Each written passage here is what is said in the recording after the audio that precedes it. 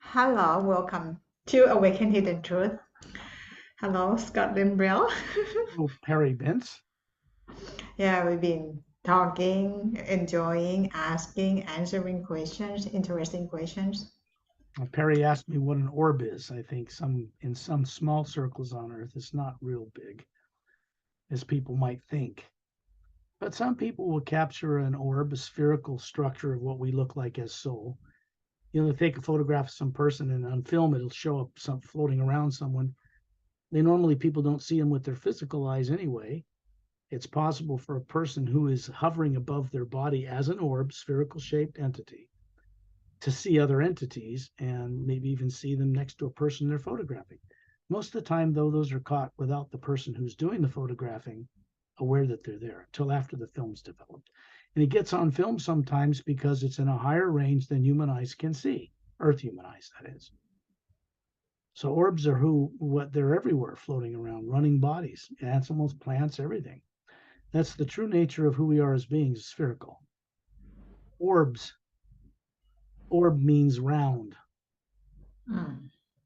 So that's answered Perry's question about orbs. It's a mystery to people. They see them, they think they know what they are, but they're not sure. They stay in doubt, and doubt is not knowing. As long as there's doubt, they can be misdirected in some other way or get bored with it after a while and really not figure out what it is they were just experiencing. Because for a person to know what they are that isn't a physical body requires that they recall or remember what they were made to forget before they were forced to be born here in bodies with no memory or very little. And people on Earth think this is normal, and it is not normal.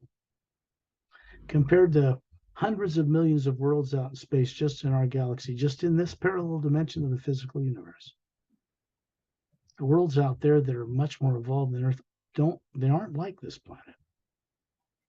People on Earth have no idea who their neighbors are, what they're like. And yet, people on Earth came from them originally, somewhere in their past. I try to share with people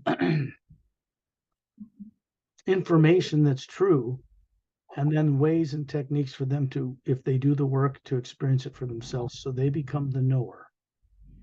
And it becomes their wisdom to know what they are as a being that isn't one of these. These were never made in the image of a supreme being like people are taught on Earth. This is incorrect. These are just a genetic entity, and there are many types of human and humanoid and other types of bipedal upright walking species out in the universe that atmas, which are spherical, the true being, is running. If the atma, the orb, is not running a body, it drops over dead on the spot. It does not run itself. The brain doesn't run a body. The being runs the brain that runs the body. And it controls it through the pineal gland in the center of the brain. That's the doorway through which beings go in and out of bodies, particularly at night when they put the body in the trance state that more advanced races call sleep. On Earth, they call it sleep, but it's a trance state. It just means that the pineal gland is caused to secrete serotonin, makes melatonin, puts the body on automatic, and runs it while you're gone. Mystery solved. That's how it is. People do it all the time, like masters, put their body to sleep, and yet they're afraid to leave it, to go out beyond the atmosphere of Earth and explore the multiverse on their own, which they're capable of doing. But they've been brainwashed and terrified against it, by people that want to keep people controlled and using money because it's no back gold behind it. It's just brainwashing. People exchange it for because they believe there's value in this paper or digits in a computer, which is just made up out of nothing. And that's okay for Earth people to use it because at some point, as this planet changes unexpectedly, and it will, people won't want to deal with money anymore. They won't need to. Governments won't want it. It won't be necessary. This is how most beings advanced that travel the stars live. not like people on Earth. So if you're kept from knowing about life beyond Earth by a classified community of people worldwide, 35 countries, that decided to keep this information from Earth people after World War II, when ships were coming here from all over because we were stupid enough to be setting off nuclear explosions in our own atmosphere, radiating the planet with particles that have a half-life of 500,000 years that will kill you. That's the reason people started coming here in much greater numbers. First of all, they couldn't believe anybody would do that deliberately. Second of all, we weren't supposed to have nuclear bomb technology. It was snuck into the Nazis in Germany illegally, breaking an off-world treaty. And that had to be corrected. It was. Nuclear bombs and radioactive materials are still used on this planet. And everybody with half a brain knows that they're only destructive.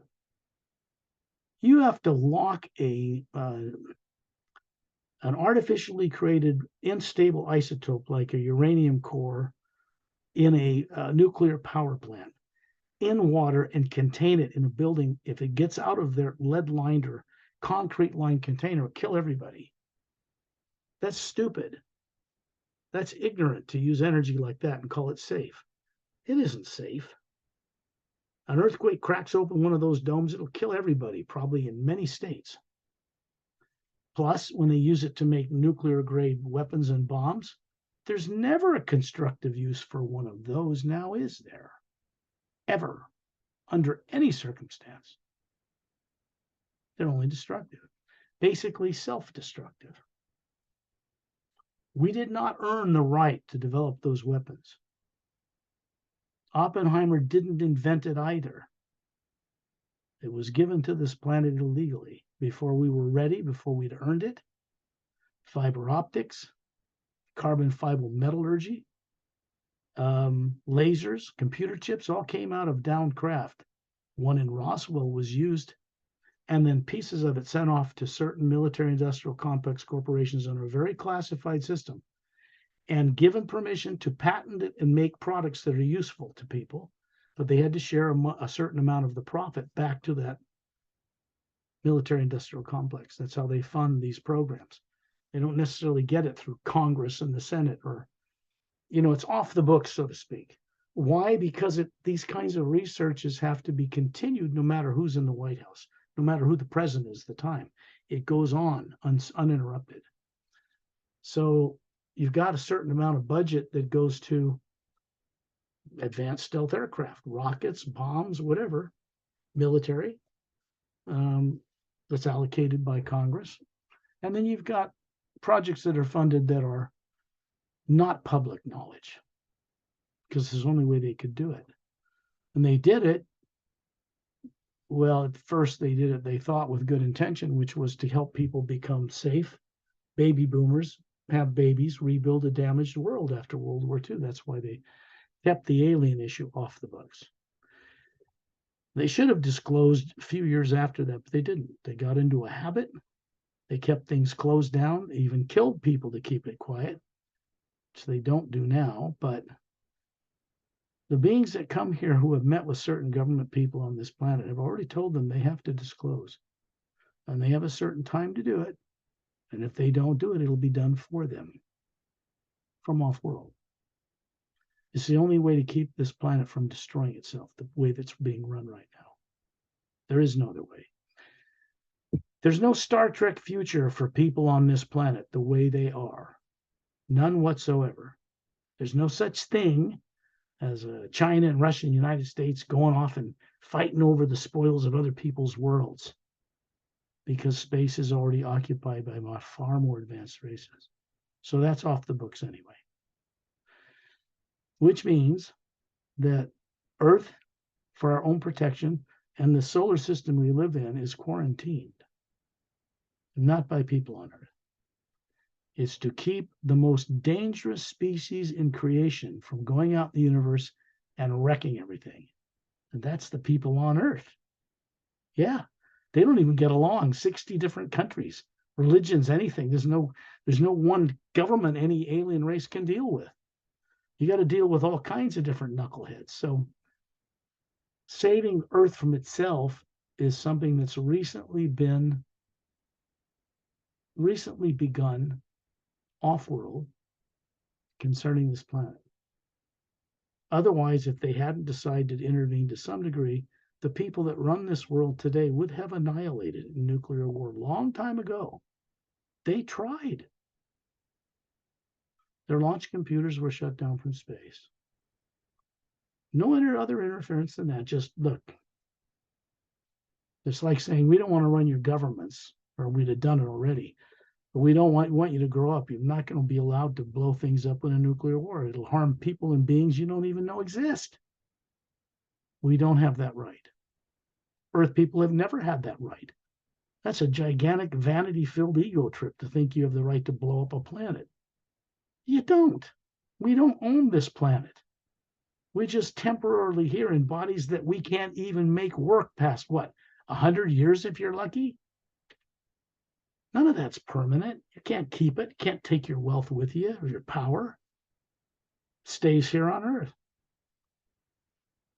Other races out there among the stars, which people on Earth will find out about one day, got rid of this kind of nonsense a long time ago, or they would not have survived either. Consider this possibility. There's a planet out in space. It's kind of like ours. Maybe there's 3 billion instead of 7. Terribly overpopulated anyway. And they're about to annihilate themselves with nuclear weapons because they aren't new. They weren't originated on Earth. And they're about to set off the trigger and blow themselves up. And one race or another decides to come in and make their presence known to that planet just at the right moment and stops them from doing self-annihilation. Their world changes after that permanently. A race that would do that for a planet like Earth isn't interested in dominating people and ruling them with a tyrant hand. They're interested in waking people up to what and who they really are, that they were never allowed to know growing up or being trained in any school or university on this planet, because that's all Earth teaching. It doesn't teach anybody about what's out there. That has to be imported to Earth. So, how does someone like me, who is not from this world and knows it, and people I deal with not from this world who do not have subconscious minds, they didn't grow up with fear, they didn't grow up from childhood with fear of nuclear war, any of these subconscious terrors. So when they make their decisions about what they're going to do, they don't make it based in subconscious fear, which means they make correct decisions. The problem is people on Earth are making decisions, heads of governments, based on their own paranoia and fear about things that are not, never have really been a threat. That's why people start wars. They want to protect the theft of what they've done to their own people from coming out. They'll kill people, they'll kill whole planets to do that. Fear drives that. Only fear, nothing else. Not logic, not intelligence, not wisdom.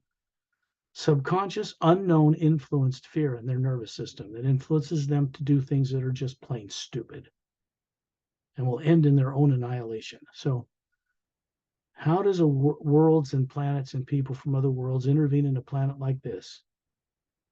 And when and how, so that there isn't rioting in the streets and the world can become aware of all the life that's out in the universe? That's how you get Earth to become a spacefaring planet. Without being part of a greater organization under treaty, obeying certain rules, Earth will never be part of that outer space. They're never going to get anywhere very far in rocket ships with explosive fuel coming out the rear end anyway. They'll never be fast enough. How are you going to create a warp field around a rocket propulsion engine? You can't. That's not possible. So they're never going to do that. You have to create an electromagnetic field around a craft that is made of the energy of the universe, what they call zero-point toroidal energy, that exists out in space between all worlds and galaxies that float in it. It's much more vast than little galaxies that spin in this huge black void. It's not a black void. It's a white golden field of intelligent light. It is energy, but not nuclear or atomic, and it supports everything else. More advanced races have learned how to channel that through their craft. And if you don't do that, you are not going to advance very far in space from any world, ever.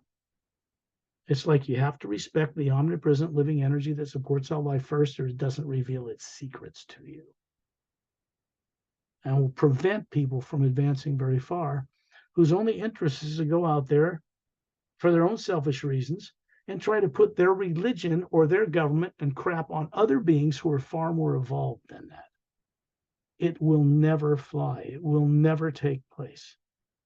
There is no future in space for people on Earth the way they are now. None. It's an illusion. And because disclosure is something that's now scheduled to happen and has begun, and it's begun because people from other worlds have insisted upon it, not because people will do it of free will on Earth. They won't. They're too paranoid, too afraid. Fear is destructive only, it's negative. You cannot use fear to make decisions and think you're going to do the right thing for your country or the planet, because that only leads to destructive results, period. It can't do anything else than that. It's part of the law of one of the primary laws of physics and physical matter worlds, like every action creates an equal and opposite reaction in space-time. In the lower dimensions, energy comes back as it's put out. It's balanced out this way. So if people and countries and governments make decisions based on fear, they're signing their own death warrant. They're going to end their own lives because the repercussions for doing that are only negative. Always, every time, without exception. It's a teacher. More advanced races have learned how to put aside using their imagination to create negative things, because they know they're going to get bit in the ass by it sooner or later. And they've learned. People that are driven by subconscious fear they don't even know they haven't learned anything. They're reacting subconsciously to outer circumstances. That makes people that have bright minds stupid. It makes people with genius IQs ignorant. Okay, so that I wanted to share with people, because once they hear it, once they know it, if it's already in them, which it is, even though it's sleeping, they'll never forget it. Never. I had a question some times ago. People ask me, like the leaders of wherever, when they put the bomb, destroy and kill many people, some they still live happily, still, enjoy life. And how can they take it? When can they take responsibility of what they have done to people, to their people? You're asking questions that are outside of my control, Okay. because I don't control power. People that think they control power aren't controlling power either.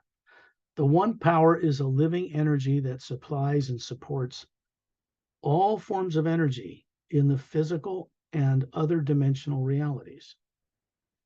There is a channel of sound and light, a type of energy that moves through the core of a galaxy that comes from higher dimensions and is like a concentric generator. It's used to generate less voltage out to the planets and stars and support them.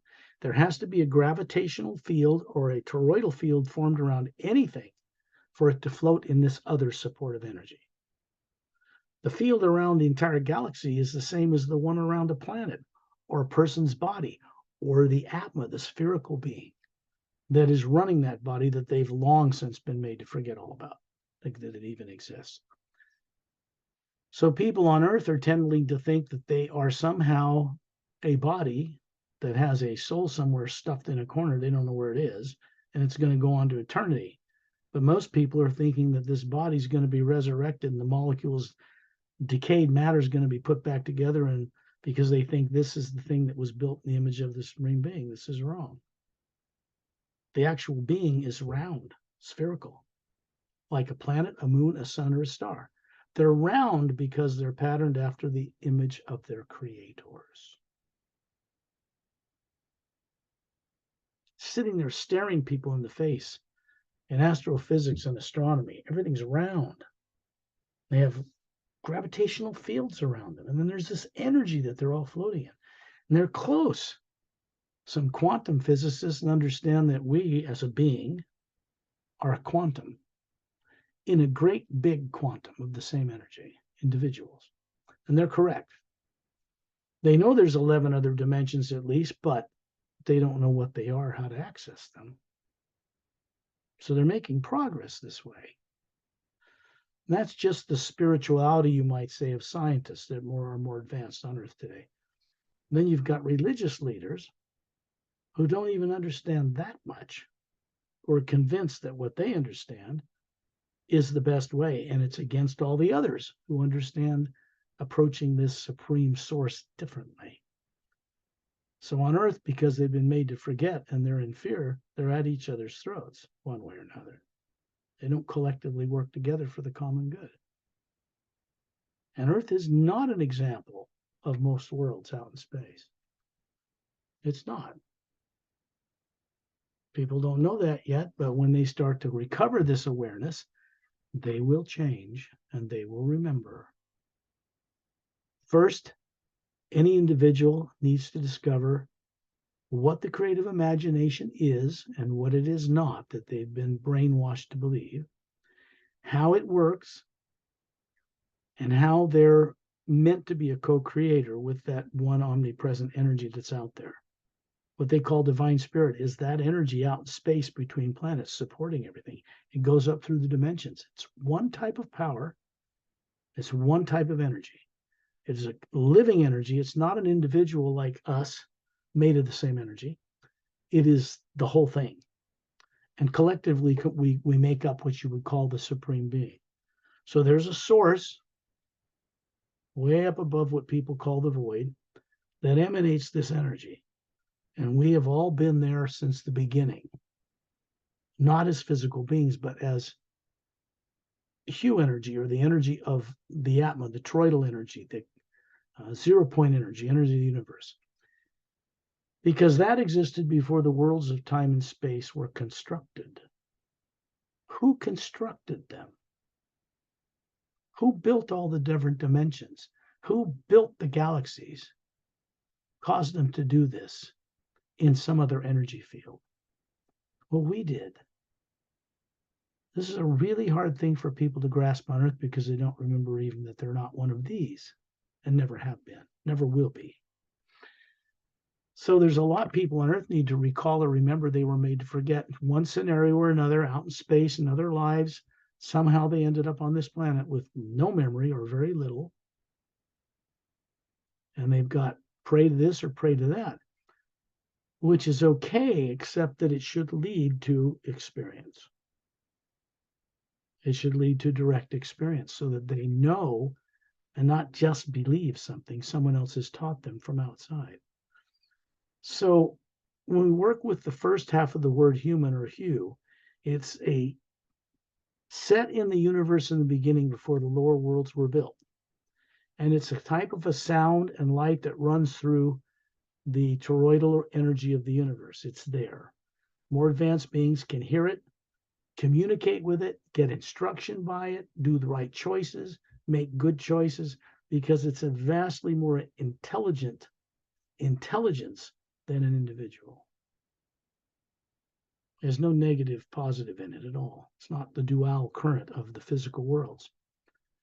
In the physical worlds, the original idea or imagination was to create two energies that split off of a primary energy, a pure positive energy in the upper realities, to build the lower dimensions and separate them with a void, a barrier of a pure energy. You cannot cross it.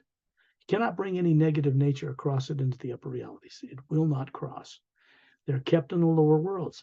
Originally, it was designed to have a golden white toroidal field or energy field around the positive and negative that they show, like a black one teardrop and a white teardrop surrounded by a barrier around it. It's supposed to be kept together.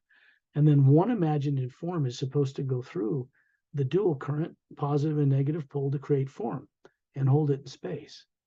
And that's held in space with a field that's moving, constant motion, through the pole of whatever that is, and through the bottom pole, and it extends out beyond the physical body. The spherical being hovering above that body, generally, that is the real being, has the same field around it as well. And it's in that field where the intelligence is and emotion balanced, not in the brain. There isn't anything in the brain of a human body with its billions of neurons that can project a motion picture of a film or see something on a screen on the brain cells. It doesn't work that way. The brain isn't designed to imagine anything. It's part of the DNA of a physical machine, a body, a genetic entity. The being connected to the pineal gland, especially when a body's born, has to run an energy to it for it to run, or it just dies. Bodies and brains don't run themselves. This is something people on Earth need to discover. Someday they will, and things will change for them dramatically. Consider that there are many races out among the stars that could come here right now and had offered to, and were turned down, and provide technology for turning on the shutdown genomes on DNA. Some of their switches, 1 billion of them. You turn some down and says, I'm going to die at 87 of cancer. That's what happens. If you turn it off another way, it doesn't age. The telomeres on the DNA do not shrink every time they duplicate. That is a program, a switch that's been set incorrectly for people on Earth. More advanced races don't have this problem. They understand each switch and how to access with precise sound frequencies. People on Earth have to remember and learn a lot, no? How to switch that on in the But future. they can't do it from their brain. They grew up on a planet with one brain, learning what limited information they can get from colleges and universities on this planet, which ain't very much. And it's only about Earth. It's not about everything else out there, because Earth has been kept in the dark about life that's beyond these atmosphere of this world. So the Atma that runs a body has the capability as an energy that is not nuclear atomic to contain this kind of wisdom, this kind of information. And it has in it already the knowledge of how to do this. But if it's dormant or suppressed, or there's fear and terror in front of it, you can't access it. It's there. Well, we can't even see the cells or DNA, but they're still switching there, you know? I mean, with people on Earth, I think, Not with physical eyes. You can use an electron microscope, but that kills anything it looks at. So if you're trying to cure cancer, you have to use sound frequencies to do it. Sound frequency that's right. Let's say you have a cancer of a brain tumor or something. Certain frequency will break up the DNA of the cancer without killing the good cells. And then if it's a big enough tumor, you have to have a system that breaks down that matter into fine particular matter to flush it out of the system so it doesn't clog you up and kill you. This is old technology out among the stars in the physical universe, very ancient. Anti-gravitic ships, they're very ancient. They are not new at all. Many hundreds of millions of years old, billions even in some cases. so this technology, people on Earth will be offered when full disclosure happens. They already were, and turned down by government leaders here after World War II because they were afraid and paranoid. They had nuclear weapons.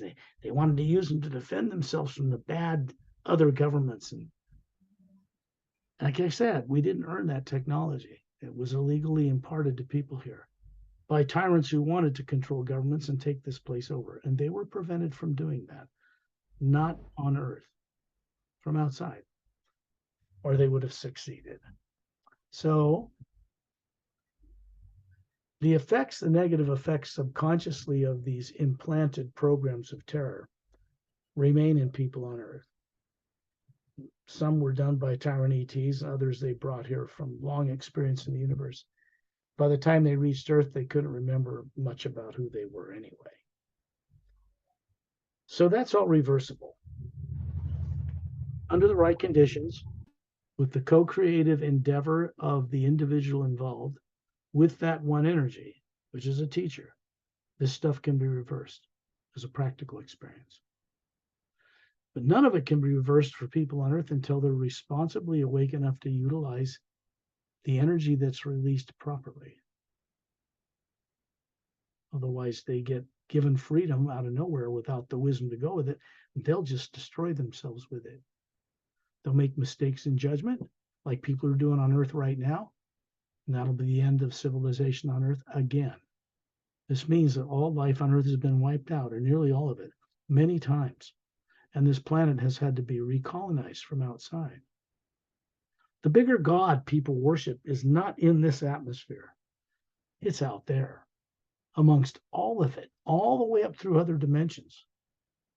So, if people want to have real freedom and responsibility that goes with freedom, absolute responsibility goes with freedom, they have to recover the ability to know that they should never use their imagination in negative ways. Imagination isn't created from the brain, as I've explained. It isn't. Its imagination is the spherical being, the soul, the Atma, as more advanced races call it, which is a little quantum in the big quantum, made of the same energy as the big quantum, identical in every way. And it is the ability of that spherical being, when it's awake, to look out into that one omnipresent quantum and know and see things all over it. The speed of light has no relativity to it at all. It's not a limitation whatsoever to that energy or the atmas, the real beings living in it, floating in it, which is what we are. So the speed of light and gravity and wormholes and black holes and all that are not a limitation for what a being can do. It can travel to higher dimensions above the void without a spaceship. In fact, you can't take a spaceship there anyway. The molecules that make up a craft, say in this parallel dimension where Earth is, on another planet in this parallel dimension where Earth is made of the molecular time rate of the matter of that planet or its materials. And those craft, when they change their molecular time rate with a toroidal field around it, can become part of another parallel dimension where another Earth is. It's not like this, or an even higher Earth that isn't like that. So there's 144 levels of this in what we call the physical universe before we even get to what people call the astral plane, where all emotion comes from and where emotion moves matter, not thought. Physical, push stuff around. Astral, emotion moves things. Mental, thought does. Etheric, it's more of the Atma doing what it does there. And there's very little negativity mixed there. Now, these are different dimensions that have a label or name on them. For Earth understanding, there's the physical universe, astral, causal, mental, etheric. There's a void. And then there's these pure positive energy realities above it that don't have any negative and positive energies at all. They don't have any stars or moons or planets either, because the forms that are there are held in place by beings. And everything there is self-luminous, lights everything up. So there could be in a beautiful atmosphere made of the hue or the omnipresent energy behind that blue supporting it. And everything's light. So people can walk around in human appearing bodies there and Atma hovering above it. And they know both are the same. The body they project is pure energy. And they can walk around, talk to people. They don't excrete or have to eat food or any of that. That's more who and what we really are and always have been. And so really what I'm saying is that people on Earth have a grand destiny they do not know exists yet. And that grand destiny, whether they like it or not, whether they think they've lived just one life or a billion, is not of a concern to the source behind all life at all. Because it knows that at some point, every being is destined to return to whence they came from. And that's beyond the void. That isn't physical worlds, because we all originated there. So when we go into these journeys, I start with the hue to connect points in space beyond, in space-time and beyond space-time, with friends from out of town, meaning friends from off-world, master teachers, and people I love and respect and who love and respect me. I just want to mention before we go on the journey, I think everybody on earth will be very happy if they know where the earth will go, by reading your book to Series that, so they will know the destiny of the earth and themselves. The big Everybody will be happy. I'm Yeah, sure. but that's just information. The techniques in the back of the Savior's agenda work with the pure first sound behind creation, so that it begins to work with the white core of their being that's spherical, and then through the pineal gland, the brain, and to their physical life here starts to change. Because we need to bring enlightenment to people on earth. Each individual needs to bring it here. So that the human body that grew up in the brain and personality here that learned nothing about any of this really can become enlightened, so that this kind of awareness can be as limited as it is put through the physical life of a person, and they become enlightened as a channel, a co-creator of this omnipresent force through the life they have here on earth. That's serenity of being. That's samadhi. That's nirvana. That's kind of the condition of how we are when we are co-creatively working with the source behind all life, which is the destiny of each person. Sooner or later, they have to become a co-creator with it, not a co-worshiper, co-creator. So there's a lot that people have to wake up to, but it's not the physical brain and personality and life, this life, that needs the waking up. It's the Atma itself that has, for one reason or another, fallen into a deep coma, a deep amnesia of what it once knew.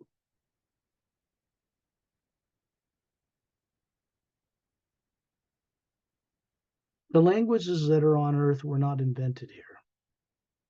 They may have been altered over many years, but they didn't begin here.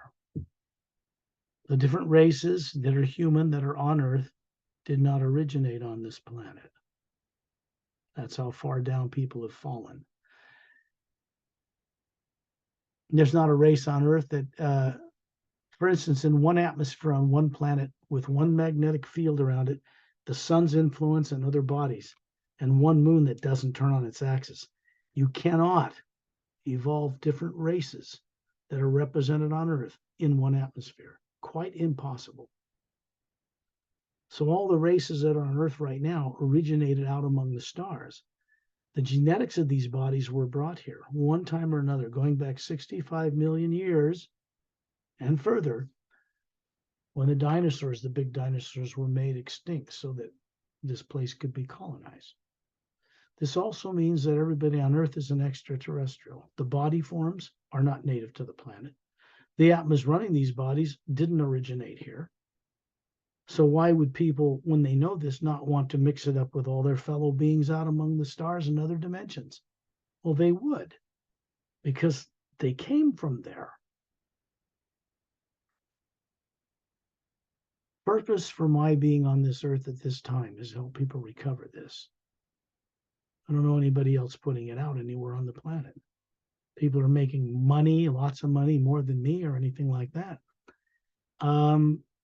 Doing all kinds of things to try to help people one way or another. And yet the world's condition does not change from all of that effort. It's getting worse. Which means that whatever's being done out there is not effectively changing the course of this planet or its government leaders. So that kind of change has to come from outside of Earth, or people here will end themselves. And it wouldn't be the first time.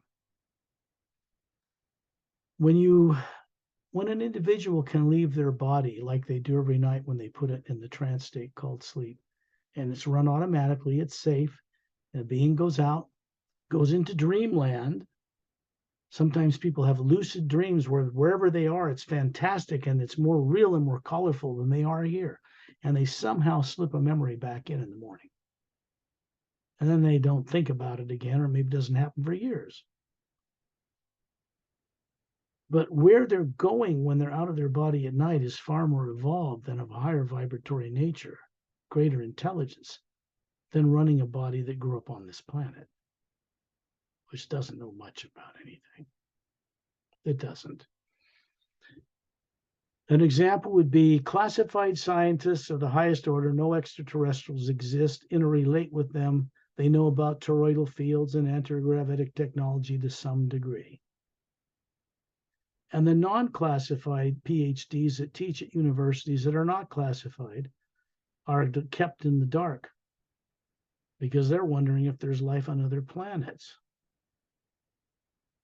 There's a huge difference between those two. And those that are classified do not want to stay that way. Lying to people is negative. It causes cancer. It causes problems for families and people in the classified community. They can't avoid it because they're being dishonest with everyone. It's negative. And the repercussions in space-time have to be negative. If they even thought about this and knew it, they would stop doing what they're doing as fast as they could.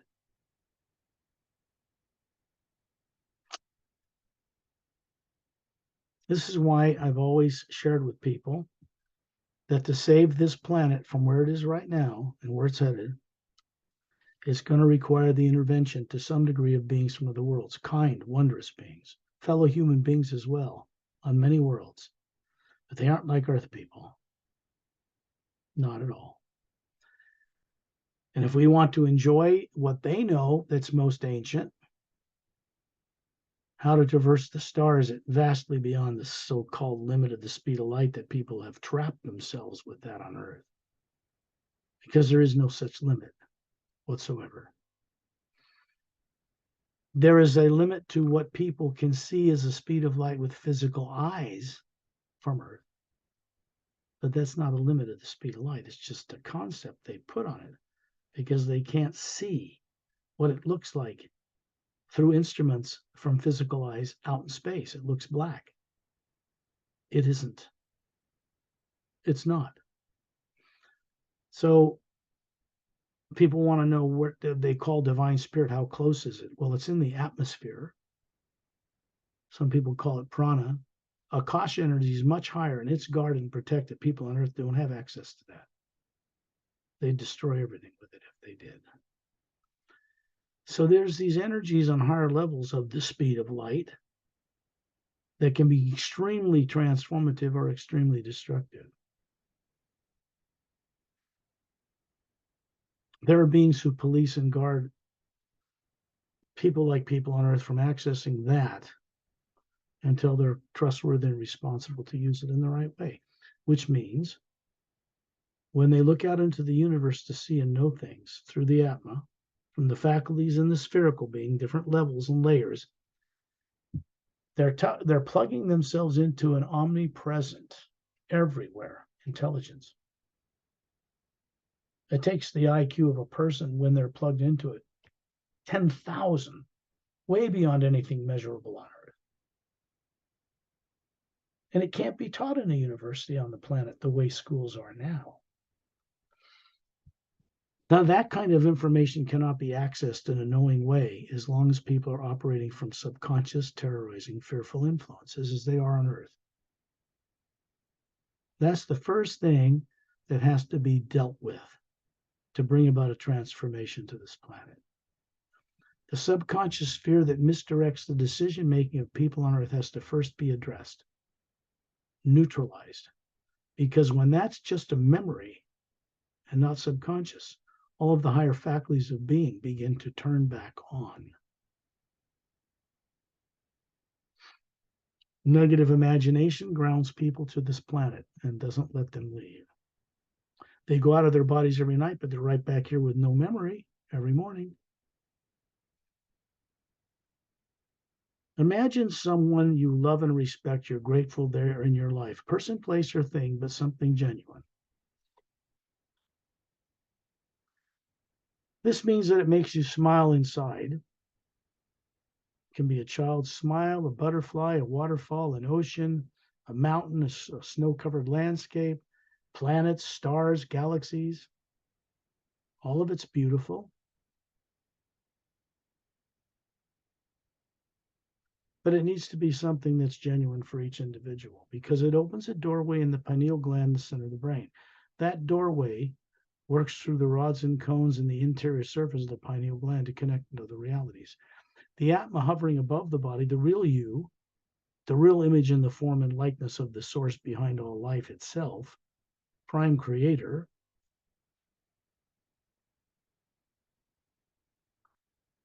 a being can see into could be walking down the street, hovering above a body, and see onto another planet and see an energy form that looks like them walking around that street at the same time.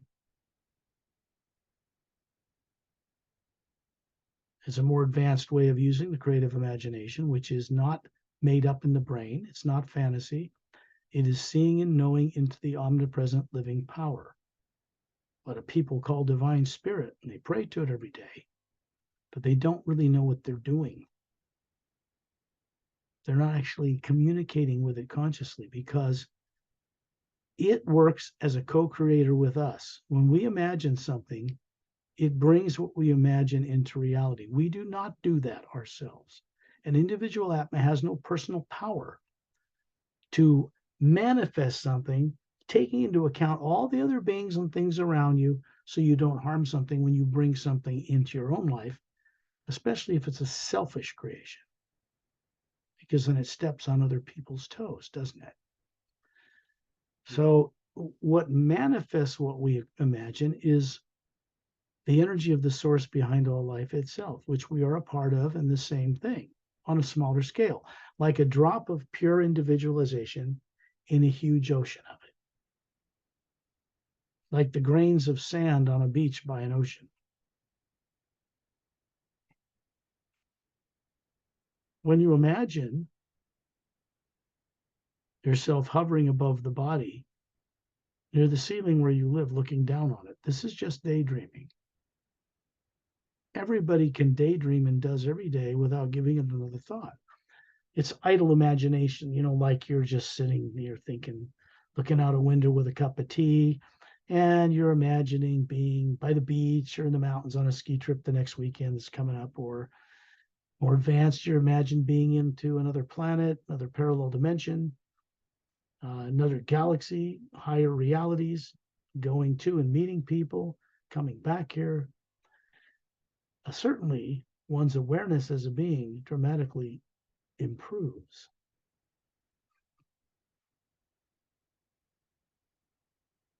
None of this can take place for people on Earth as long as they believe they're a body, a human body, which they're not, although they run one temporarily. Or if they believe that they get out of their body, there's demons going to get them, which is not true. And they're going to be grounded to Earth and relying upon someone to come by and save them or take them out of here when the body dies. But that's irresponsible. It's childish because we are meant to be conscious co-creators with that source energy, and we are meant to be trustworthy, responsible, and reliable with how we use our creative imagination, because that is what this omnipresent power manifests around us. Positive and negative, good, bad, combination of both. Generally, for most people, a little more negative than positive on Earth because of fear.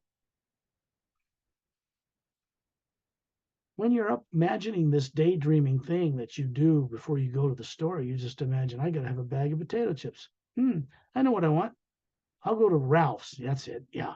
And then you go down to your car, you turn the key on, consider the car like your physical body, and you're getting into it, and you're driving that car through the imagination to that store to get that bag of potato chips. If you don't imagine it, daydream it first, you will never get in that car and you will never drive it anywhere. This is how the creative imagination actually works. It is the highest faculty of creative being that is like onto the source itself, and it's how we co-create with it, which means we're meant to find new ways of doing things, imagining them, and doing this with others, bringing it back to that source and sharing it so that the way creation is run down here on Earth can actually change. So when I say the survival of this planet and its safe transformation, unexpected transformation, must come about from vast numbers of beings willing to come here and turn this thing around and help people be free of subconscious fear. It's just this simple.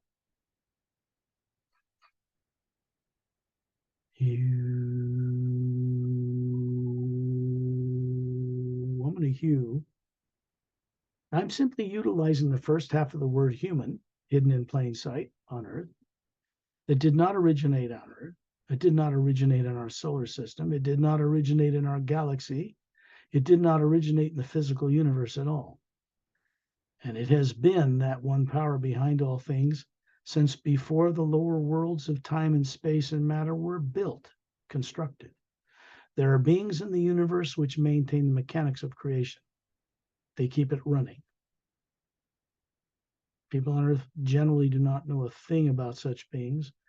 Until recently, even beings out in the galactic alliance of worlds that run almost half this galaxy did not really deal with them at all. They heard about them in their lore and their ancient history, but have had no contact with them. They normally don't work with human beings or individual souls to train them. They're basically the custodians, caretakers, and maintainers of creation.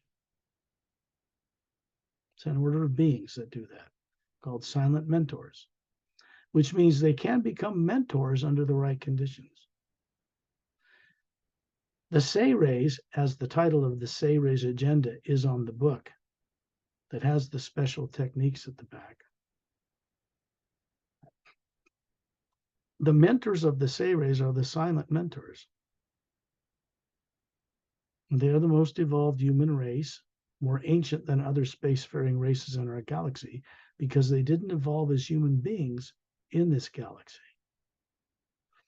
They immortalized their physical bodies over 1 billion Earth years ago, which means they rose into such a level of consciousness they could dematerialize or break down the genetic bonds of the DNA and store it in a faculty in their spherical being.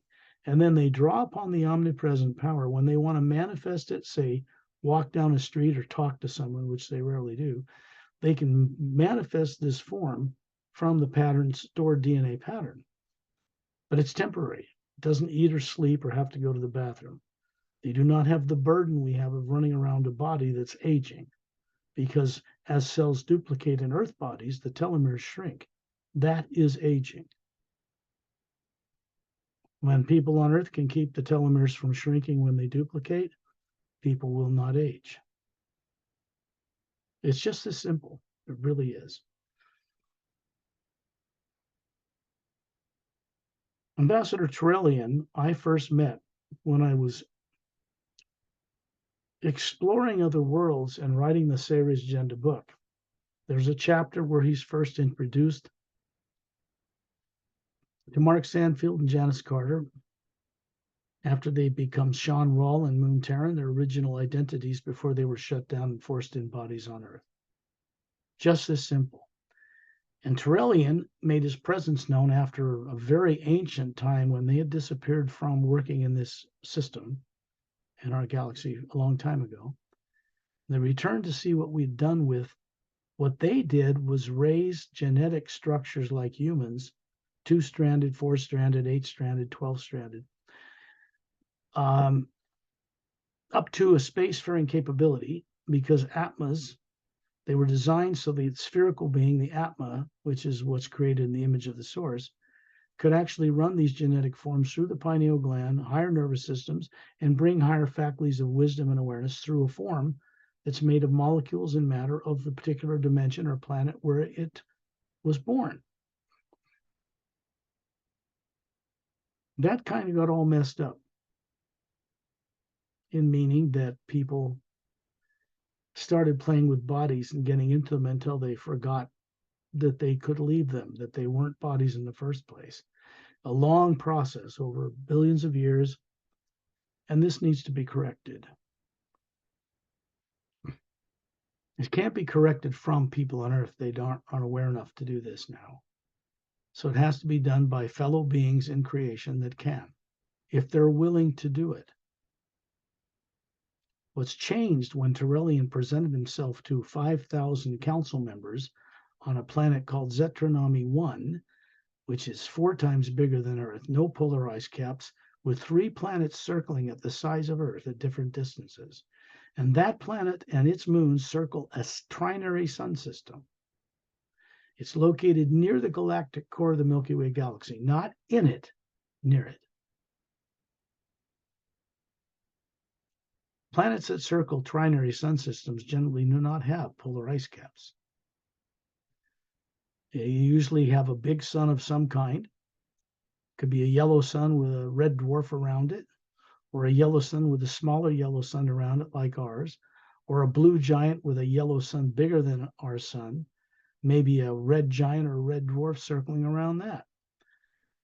And so those fields of toroidal energy, those electromagnetic fields, those Hue energy fields, energy of the universe, create conditions on those worlds quite different from Earth. Zetronomy 1 has about the same gravitational field as Earth, but it's 4 times larger. It's because of the conditions I just mentioned. Scientists on Earth, astrophysicists and astronomers understand now that most of the suns out in our galaxy are either binary or trinary, not like our single sun.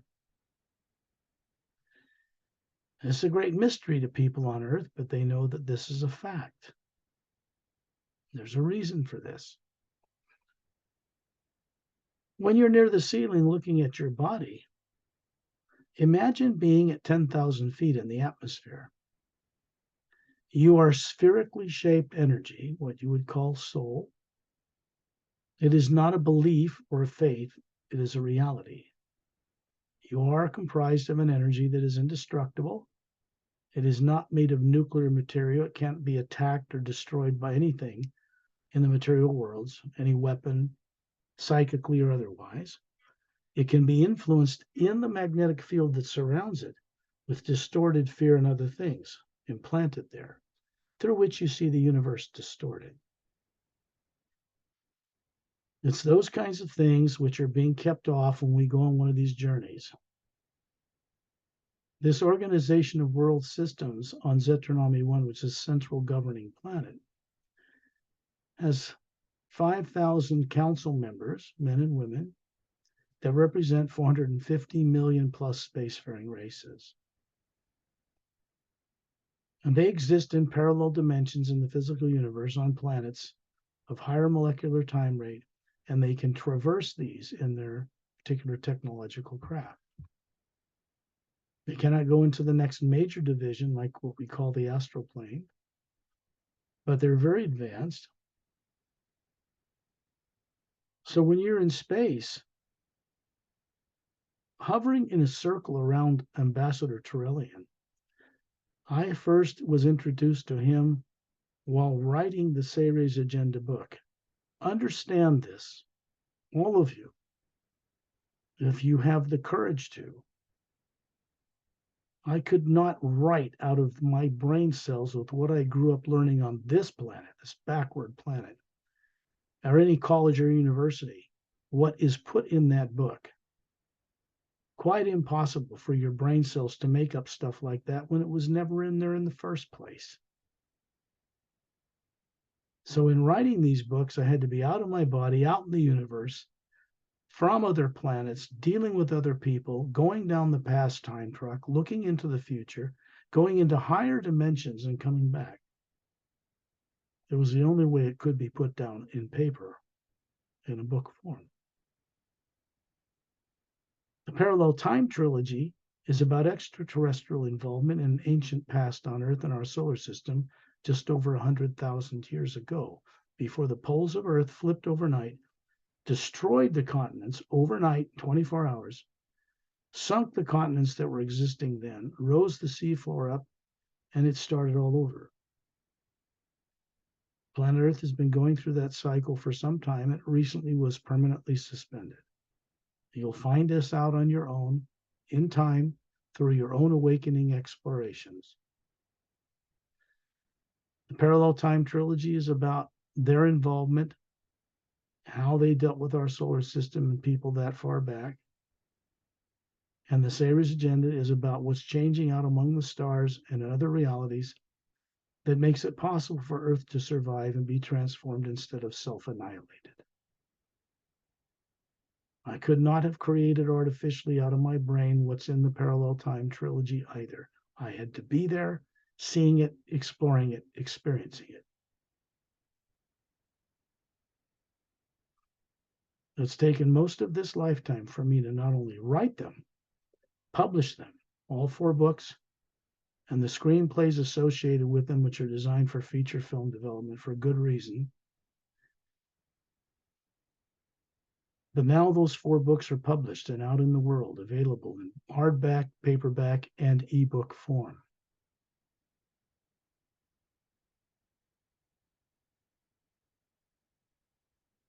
When you're in space, it's easy for you to daydream or imagine being in space like the shuttle, but with nothing surrounding you. You are a spherical energy. And Perry and I are in a circle around Turellian. Turellian is human appearing. He's 18 feet tall because the Say rays were much taller than Earth humans, 18 to 25 feet.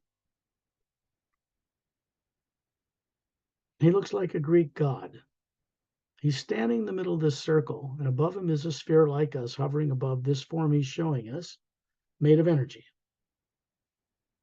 And you realize now, as you're hovering around Turellian, you are showing him a form that's about 36, whether you're male or female. Perfect, flawless body form, dressed well, trim, fit. As this is the image we show each other, projected from the Atma, the spherical being hovering above it, when we meet off-world or out into the worlds.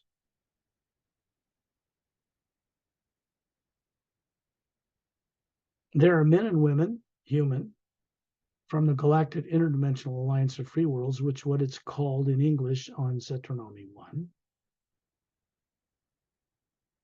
And they help keep your subconscious implant fears and terrorizing holographic programs turned off while we go on this journey for your benefit.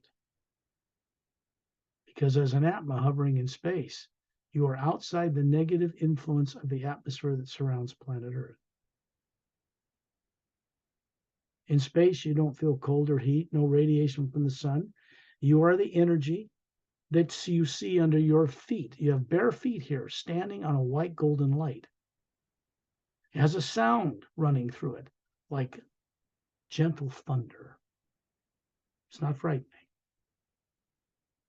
The energy between the Earth, the Moon, and the Sun, and the stars, and other galaxies is this black void in a Hubble Space Telescope image, but it isn't actually black. Here you can see it as the white golden light of a type of energy that supports all things that are of a material nature, atomic or nuclear in nature, including DNA and bodies and forms like that.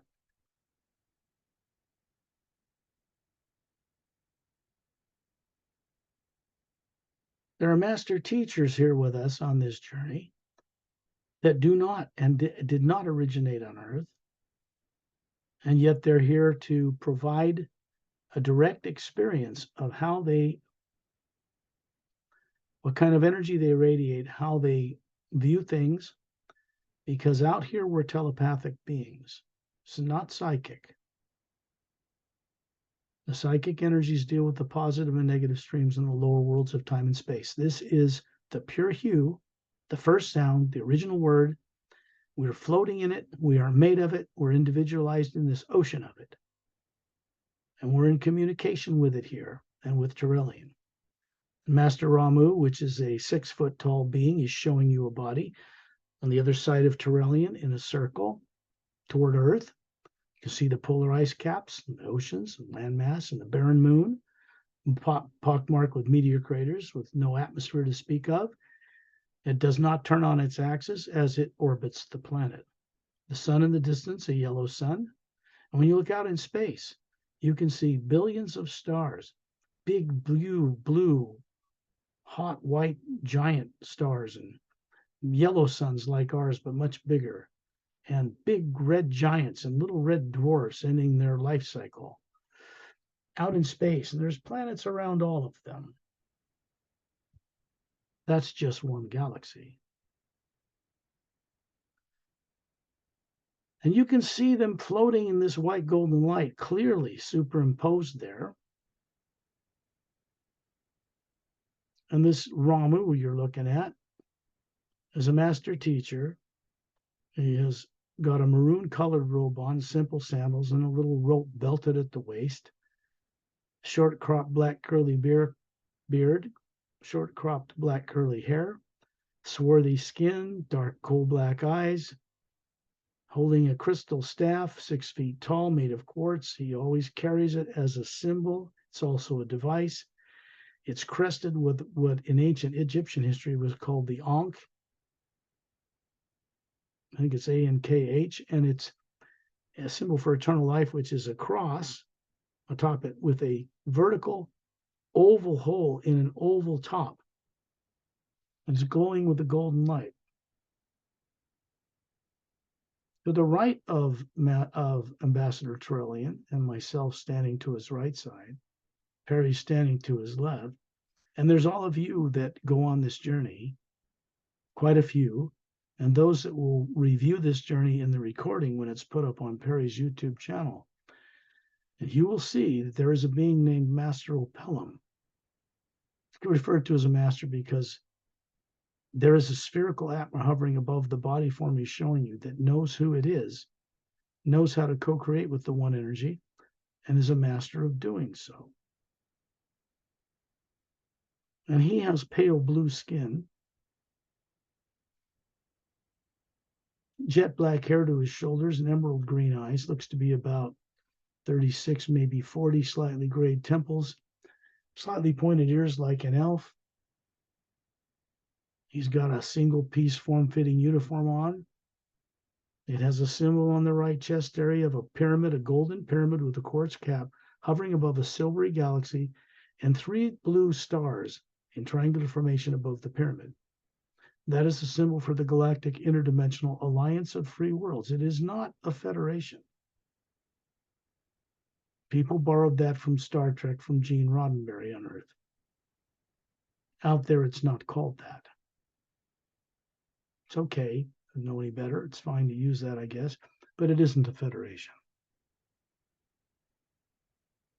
Now, I'm speaking of that governing body that is centered on Zetanami 1 near the galactic core of this galaxy, very, very far away from planet Earth.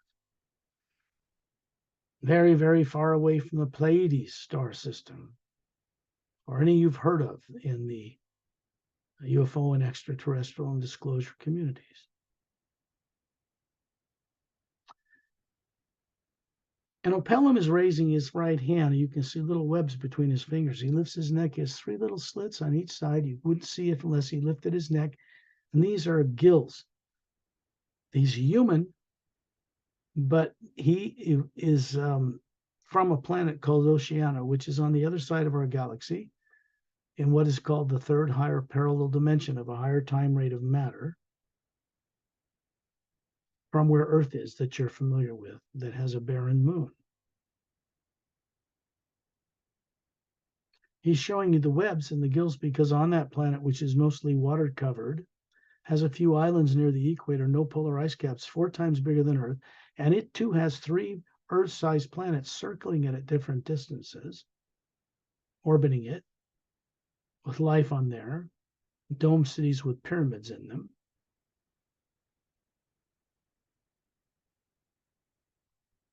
And this being was the founding sponsor, supported by the Say rays, 500,000 years ago, longer, where they created this Galactic Alliance of Free World Systems.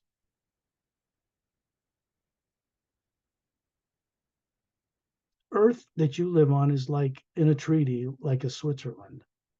It has been policed and governed to keep tyrant races from manipulating, taking it over, and using its resources. And it has had a quite precarious history because of the polar flips it would do that other worlds do not do. Civilization on Earth could evolve to 100,000 years and then it's wiped out overnight. This has recently permanently changed. No more golden age to iron age, no more flipping of the Earth's poles. The next step in this process is to help people remember who they are. That isn't a body and never was. Now, we could mate from Earth with people that are from Oceania. Not that they would want to, but the genetics are so similar that we could in galactic history. The Say-Rays are the most ancient race I know of, which means humans are older than you could possibly imagine. And they did not evolve from the primordial swamps of Earth, from reptilians that grew legs and walked up on, or fish that walked up on land and then became birds, and somehow dinosaurs vanished and humans popped out of the ground like mushrooms. No. Neanderthal and Cro-Magnon were extinct humanoid species. They were not the same thing that we are. The races on Earth are representative of entire world systems that have, say, just Japanese looking people, others Caucasian, like Nordic, others Black people, or what on Earth are called African American, unless you're from a country where it's just Afrikanas or African people. Others would be Semitic or Indian tribal. They come from different world systems. Think about this. They come from systems where they have binary and trinary sun systems that evolved the difference genetically in human form. The Saras were responsible for developing these different races and bringing them up to spacefaring capability long ago, and then they vanished. They recently returned at the time I was writing the Saras Agenda book to see what we had done with things, and we messed things up pretty good. So one of the consciousness changes the Say-Rays went through motivated them to get more involved in perhaps saving Earth from its own people's self-destructive tendencies. The worlds out there that you're going to be exposed to on Earth in disclosure do not raise masses of animals to slaughter them and eat them. Spaceships don't carry refrigerators full of steaks. People on Earth are so far backward, they have no idea how life really works when you're not brainwashed to do the things that people do to each other, to animals, to sea life, to the ecology, to the air. We are meant to be co-creative custodians or caretakers of worlds and stars and systems and galaxies, and that is our destiny. To do that, we have to remember how we are, who we are, that is energy, and not be caught or trapped in the illusion of being bodies.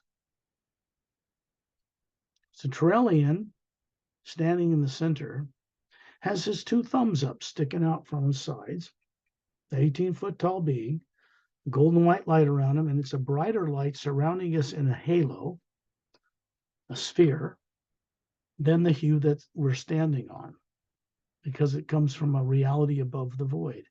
And he's brought it here to help us remember where we originated, and it wasn't in the worlds of time and space.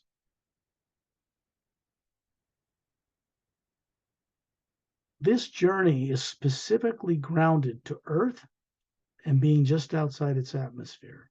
The reason we're outside its atmosphere in this form is because it's our true form, and because Earth's atmosphere contains all the negative, diabolical, nasty, negative stuff that's ever been done to people and animals and plants on the planet since it began.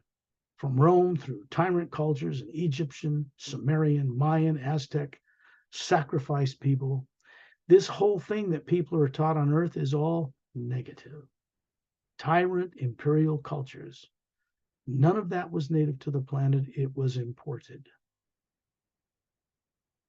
Just knowing this will change the direction of each person's life because they once knew it. And once it begins to awaken, it cannot be suppressed again. This is the nature of the hue, the omnipresent living sound, the one power behind creation, in that it has changed recently itself as well.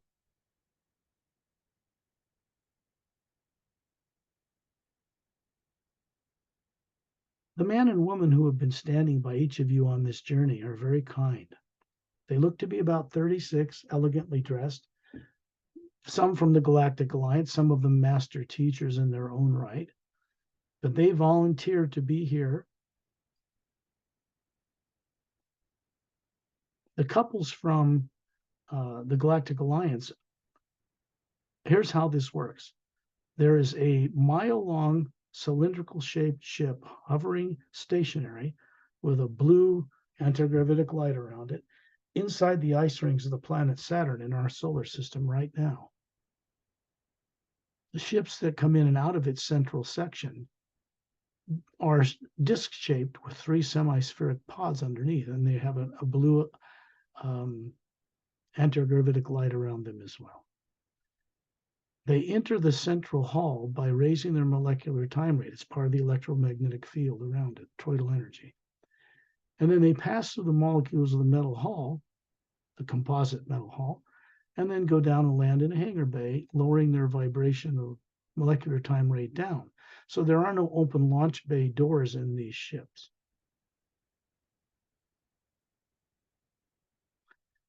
The ships, the scout ships, the 30-foot approximately or larger disc-shaped ships, generally carry 4 couples, men and women, human, humanoid, and some others.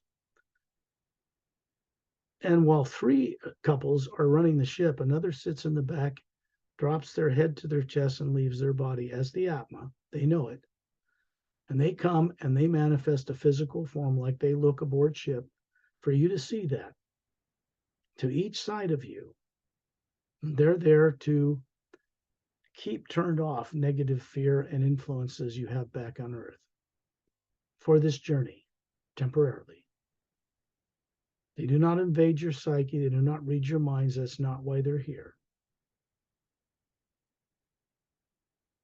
Shantial and Tomaltial, Dantiam and Lamtiam are the name of men and women. Shantial, Tonaltial, that's the man and the woman.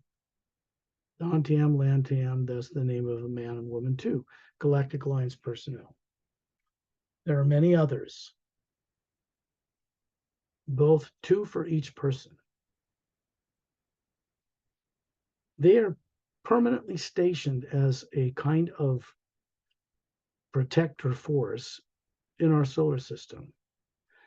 And they have made Earth and the solar system we live in quarantined.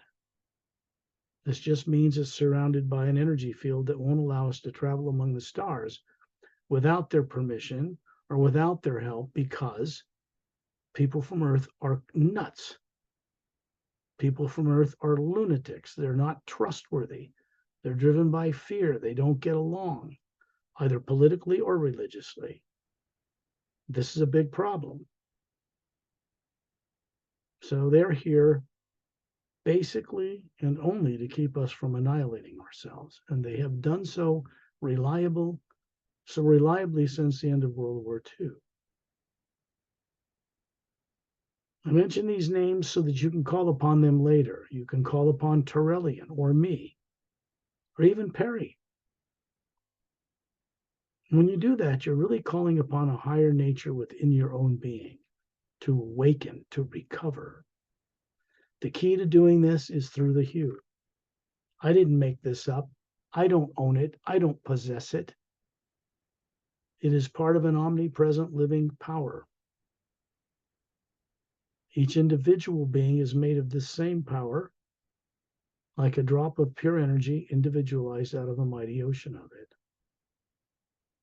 And out in space, you're standing in it, literally. It moves through you uninhibited and continues moving through you through the top of the pole of the toroidal field, the electromagnetic field that surrounds you, the being, the sphere, hovering above a body. Looks to be about 36, whatever you look like on Earth, it's here. Pure energy, flawless, healthy, trim, serene. This experience is done here because everything ever done to anybody is still in Earth's atmosphere, stored there. It's why a radio wave bounces off the ionosphere to circle the curvature of the Earth, to get around it. All that stuff, all that negativity, all that misdirection in ancient history on Earth at the present moment is still in the atmosphere surrounding everybody on the planet. And we need to walk within it by not allowing it to enter us, by imagining an outflow that is of uplifting, beneficial nature at all times, so that the outflow that moves through you prevents any of that negative stuff in the atmosphere from entering your being. This is part of what this training is about. And it begins outside Earth's atmosphere and then goes into higher dimensions. Today, we're keeping it right out in space near Earth. I described for you Zetronomy 1. I described for you Oceania. I described for you Earth 100,000 years ago. One big continent, which is now the Pacific Rim, the Ring of Fire, as they call it, was roughly the shape of Lemuria. On the other side of the world at that time, when the poles were 180 degrees opposite of what they are now, was an Atlantis or Atlantean colony, 2/3 its size. It was a big continent back then. When the poles flipped, both were destroyed, except for a volcanic island. And as new continents rose, it became, over 70,000 years, a seafaring power that colonized the Earth. And then it was destroyed 35,000 years ago through the misuse of science. Out here in space, the past time track is available to anyone who wishes to look into it. But to do this, fear must first be set aside, dropped, turned off, ignored. The two do not mix. Imagine yourself out in the atmosphere of Earth, about 10,000 feet, and you're looking down in the city or in the country where you live, and you're looking right through the roof of where you live because it's open to you. And you can see that you are a spherical being hovering above the body near the ceiling that is sitting or laying down with the eyes closed in the trance state we call sleep. All I'm asking all of you to do at this point is to bring the awareness of this journey. And don't try to store it in your brain. It doesn't get stored there. The spherical being you are near the ceiling has an electromagnetic field around it, like the Earth does. You can look it up and Google it. And you store that memory out there, the energy that surrounds the spherical you. And then you store it in the energy field that is toroidal, that surrounds your physical body, people call the aura, has an actual structure. And you let this you flow through these forms. It goes out into the universe, out into the atmosphere. It goes into 3 pyramids that have recently been brought into creation and stationed on the bottom of Earth's deepest oceans, one inside a hollowed out interior of a mountain in the Himalayas. And they are devices. They are not made of matter. They cannot be destroyed or attacked by anything. They are not a threat. They're here to protect people from destroying themselves. And then that energy continues out in space and eventually ends up back in the shaft of light that is at the core of the Milky Way galaxy, and it goes upward back to its source through these portals, these doorways. And then be kind to yourself in that physical form you're running, because you're responsible for enlightening it while it's on Earth. When you're ready, open your eyes.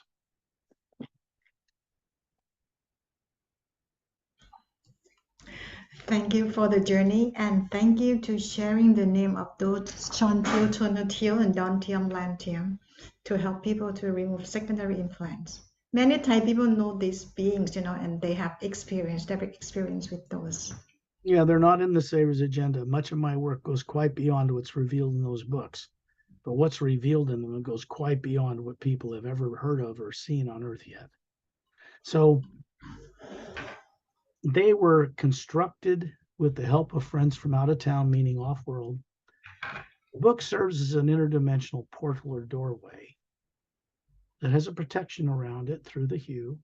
So when people start to explore the hue now, it comes with a certain protection.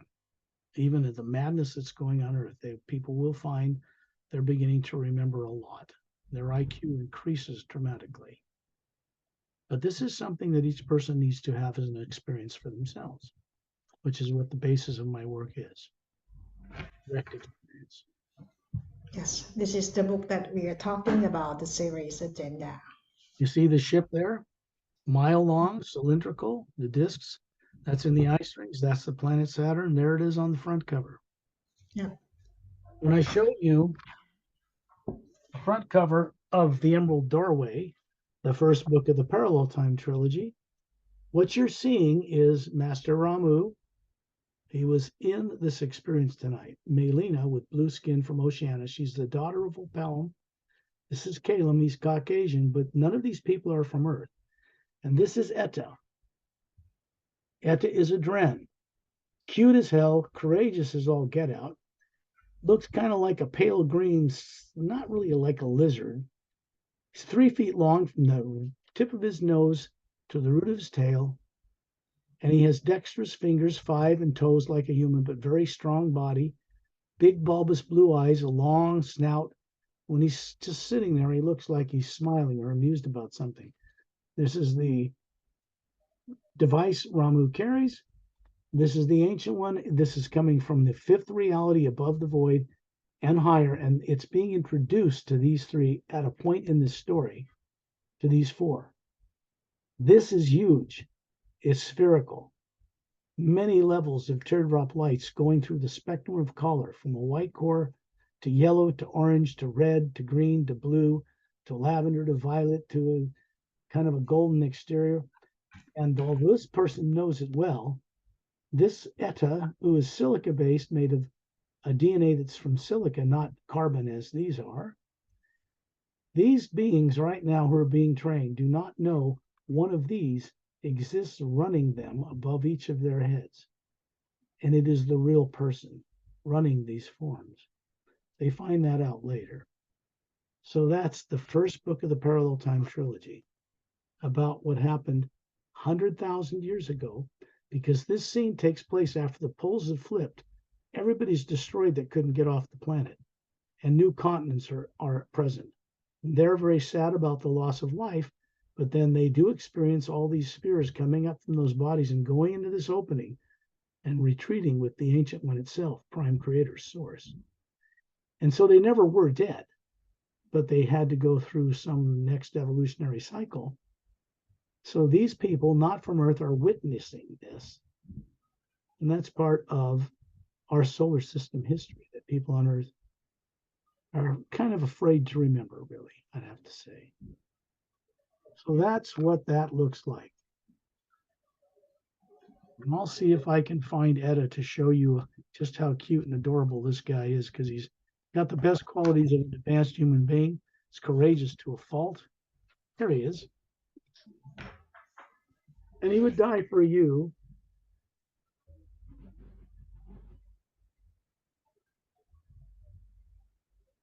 Can you see it? Yes.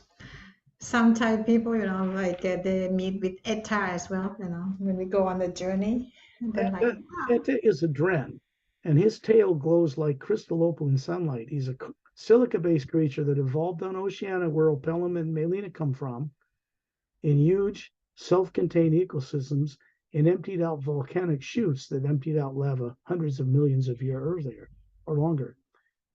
And his tail grows like opal from the root to its tip. This being can levitate and fly through the air as an organic creature. They're also master teachers, him and his wife, and they're not human. This guy is, it's Ramu, and he's human, but he's not from Earth.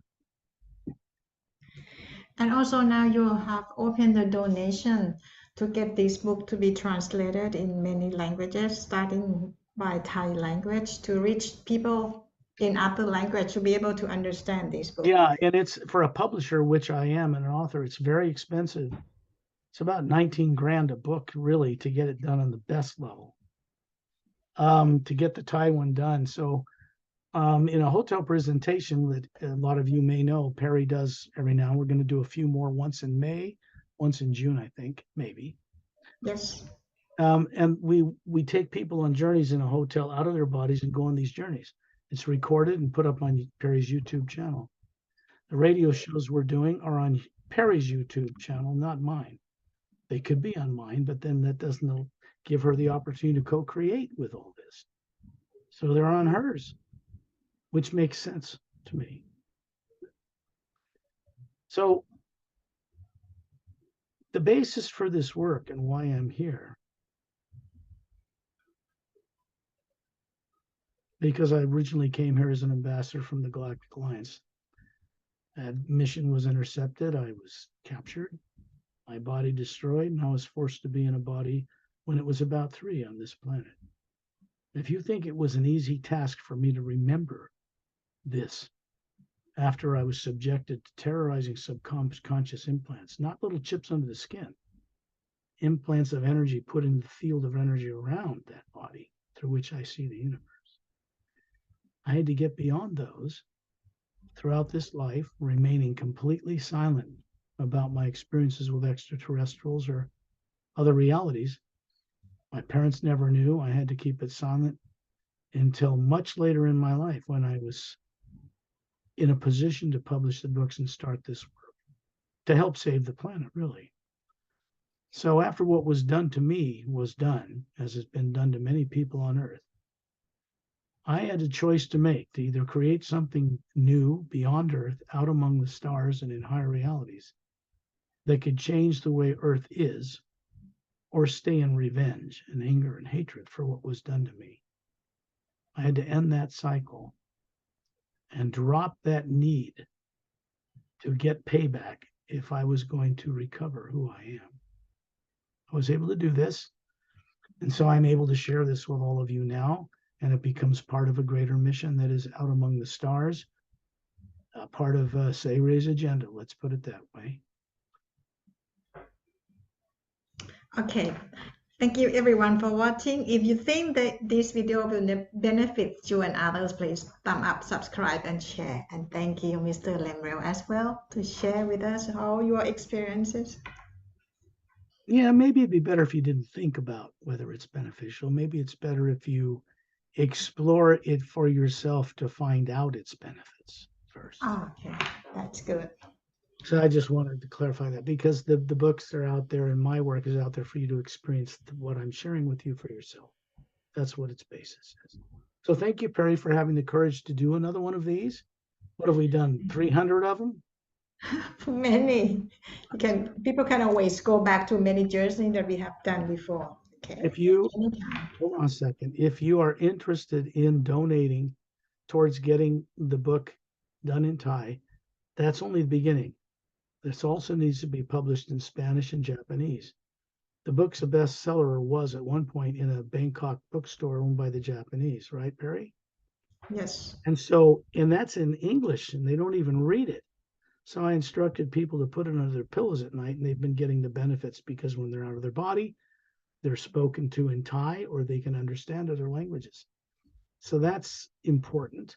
So when we get this book published in Thai, it'll be of great benefit, further benefit to the Thai people. And then there's over 1 billion Spanish-speaking people, mostly in South America. So the book will be published in South American style of Spanish and in Japanese, because the Japanese people will love this stuff once they can read it. So if you want to donate, there's a donate button on my website at paralleltime.com. It will be listed in the bottom of this video when she puts it up on YouTube. And you can go to my YouTube channel and see 38 short videos, about 1 minute, 38 seconds, with beautiful music behind them, and a person that was hired that's a great narrator that talks a lot about my work. And I'll put the link to my YouTube channel so you can go watch those. There's no charge for them, no cost. But in the top of the Parallel Time page, and in all pages on that site, is a donate button. So if you click on it, you can donate towards getting these books done, not just for Thai, because the Thai people are basically donating to get it done in Thai. But that donate button has a goal of 750,000, and we're at about 10,700 right now. So we're getting there in the last few months when it started. So first thing we'll do, and I don't make money off this, the donations are to get the cost handled, the best company to get this translated into the Thai language. And that means it has to be done for the hard book, paperback, and ebook for it to be effective as it's meant to be. So there's the Parallel Time trilogy that needs to be done as well in all those languages, at least 4. And there's a parallel time the short movie which needs to be done. It's based on the Emerald Doorway.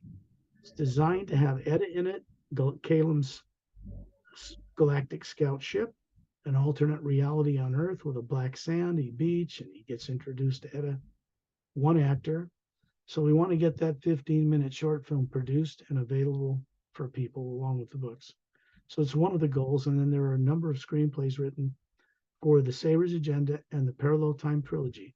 And another one calls Who's Dreaming Me Anyway? The question mark. It's a light comedy. It's a feature film. So these are projects in the works that will follow the greater increase in book sales and the notoriety of these works.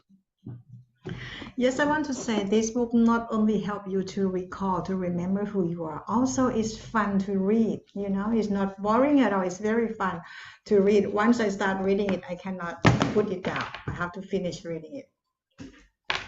I think people will find that they're going to go back to these books.